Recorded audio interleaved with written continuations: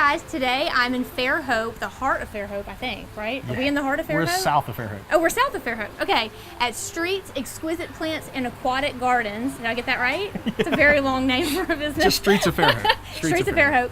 And Cliff is the owner, and he is here with me today, and he's kind of like giving me the little, you call it the dime tour. A dime tour, yeah. Of what's happening here at Streets, which I've never been before, so it's exciting to get to experience it for the first time. And I'm meeting Cliff for the first time, just a lot of firsts happening today. So tell me a little bit about Streets. I see that you sell fountains and you sell outdoor kitchens, a little bit of everything. What's your like most passionate thing that you sell? What are you most passionate about?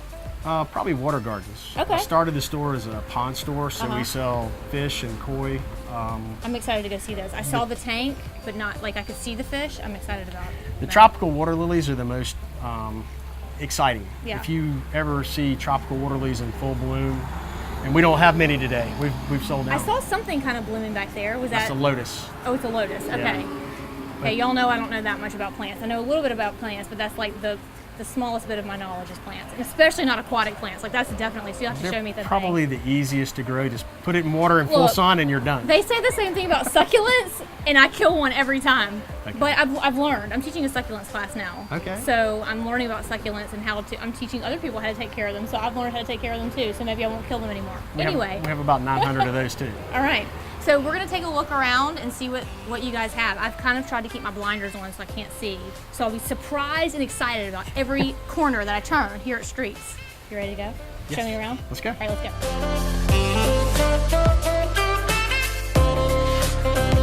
Holy mackerel. That thing's heavy. Okay, Primo's the one that's made in the United States. Is That's that right? made in Georgia. Okay. And then the Kamado Joe, where's Kamado Joe made? That's Kamado. That's China. Oh, Kamado. God, I'm so dumb. Ooh, this one's much lighter though, or does it have a hydraulic? It has a hydraulic thing in the back. It's got a spring assist. Okay, so you can either decide that you're going to get your weightlifting in and choose that one and buy American. Well, the other side of that is you've got, this grill has a bigger surface area. Okay. So if you look at this is a 200, 300, and 400 cubic inches of grill space. I need to know how many steaks I can put on each grill. Can you start rating them like that? What the heck is this? It's like one of my dad's engineering experiments. What on earth? These are actually pellet grills.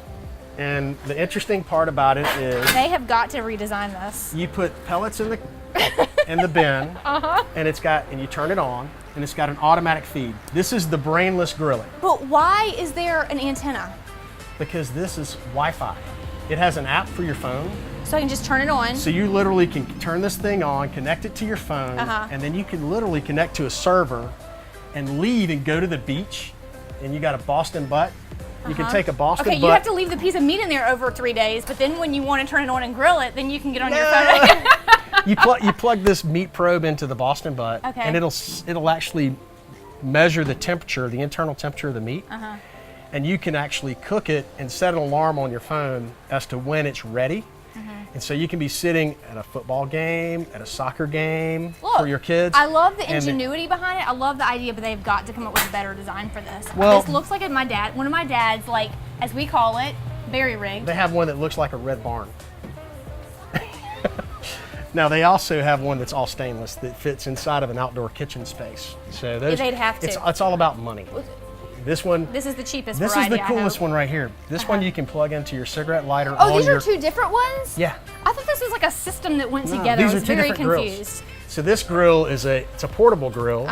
This is a tailgater is what they call it. I see that. You can plug it into the wall or you can plug it into your cigarette lighter on your truck. Ooh. And it has the Wi-Fi capability and everything. And it's $400. What plant is this?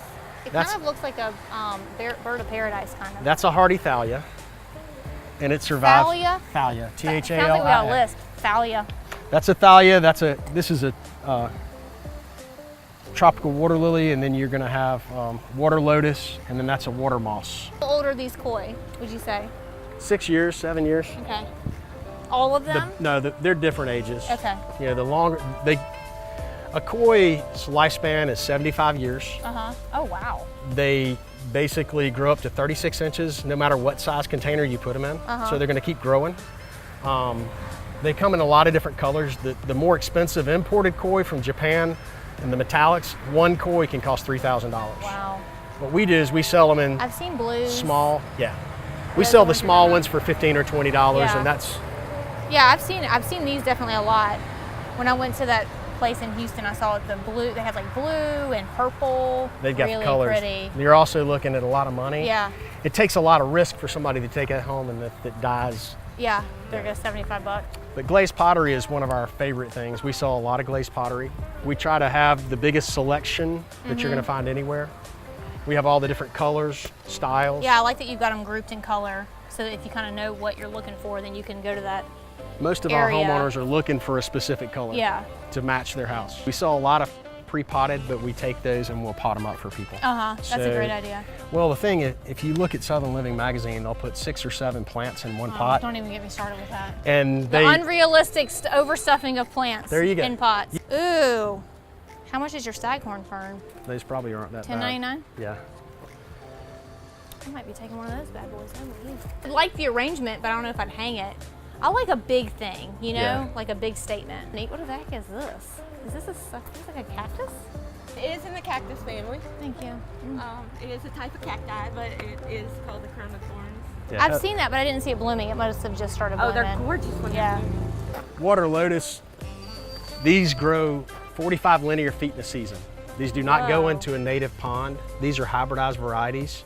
So they have different colors. This is not a native lotus. These are a hybridized version. I'm not sure what you mean by 45 feet tall. No, it's more like a banana with a string attached, and it just grows. Okay. If you planted it here, it would grow 45 feet in one season and have little. Okay. So they'll take over. If you put that in a natural environment, it will overwhelm it. So you had to. So these need to stay in a pot, and Okay. so they'll stay in a circle. Interesting. And they bloom pink, I assume? There's different colors here. I see white maybe over there. This is what I love to do. Yeah, that's really cool. That's just the neatest, just to watch how the wax on the leaves keeps them from, when it's raining, it's really beautiful. Yeah. You scared them. Oh God, I scared myself that time.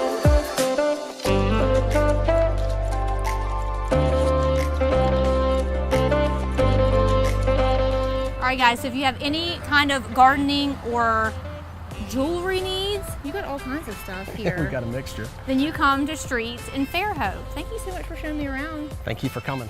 I will be back with some clients or just to visit. And if you're headed to Fairhope on vacation or to the beach, they're on your way, so come by.